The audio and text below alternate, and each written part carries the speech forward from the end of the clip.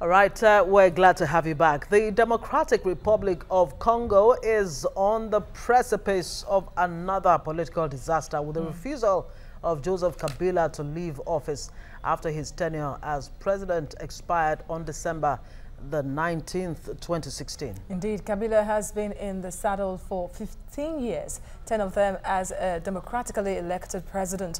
He has made several moves to amend the country's constitution to pave the way for a third term. But those moves have been rejected by the country's parliament as well as the opposition. Now, according to the country's constitution, if a president's tenure expires before the conduct of an election, he is to step down while the Senate president takes over.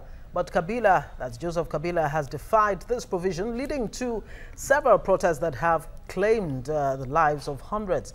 An announcement last Sunday that elections will be held in December next year has been rejected by the opposition coalition, who say it violates the law and a political deal agreed with the government. Of course, that was with the reassemblement. All right.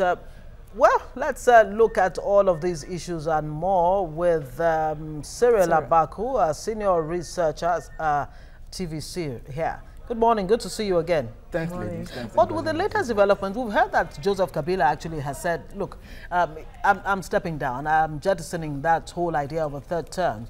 And of course, the U.S. has even applauded that move. The election's been set for December 2018. But now you have opposition saying, we don't even want that date. Let's stick to the original agreement. Where is all of this taking the DRC to? Well, first of all, I think we need to say it as it is. Congo is in trouble. And even if Joseph Kabila says he doesn't want to run for another term, I think it is clearer to even the blind than to believe him. Because it is deja vu. I don't want to run. Close to the time, some groups come up and say, you must run. You've been a good leader, you must run. Then the Senate, apparently acting independently, passes a law saying no more term limits. And he says, well, I didn't want to run, but because of pressure, because I'm loved, I have to run. By popular demand. Yes, so yeah, popular demand. So that claim that he does not want a third term is a facade. Well, looking at it really, when he refused to leave power last year, and then the Catholic had to come out to, broker a peace deal between his government and the opposition. The agreement was to hold election this year. Kabila, and then pushing it till next year. If the opposition group does not know what it is doing, Kabila will do another 5-year term, and there will be no elections. And there seems to be a problem in the camp of the opposition anyway. There are cracks, and with the death of Tshisekedi, of course, his son has taken over, but it doesn't seem to have the same clout that his late father had. So how easy will it be then for Kabila to continue to propagate himself? Well, of course, like you said, Kabila will appear to be. He's unpopular. He is very unpopular. You remember that even in 2011, after the elections came through, conservative groups like the Catholic bishops came out and clearly condemned the elections, citing terror, citing mischief, citing all kinds of things. Even the Carter Center in the U.S. had to publicly say, look, these elections, a lot of votes were not properly tallied. Exactly. Yes. So you will find that the man, he's behaving like the biblical Goliath, who says, I stand here. Whatever you can do. All right, because of time, let's just quickly maximize it. Everybody knows that in Africa, the DRC is one of the most volatile countries on the continent. And with this statement now by the Commission that no election till next year, what do you foresee, really? If the opposition knows what it is doing, for instance, can it shut down the economy?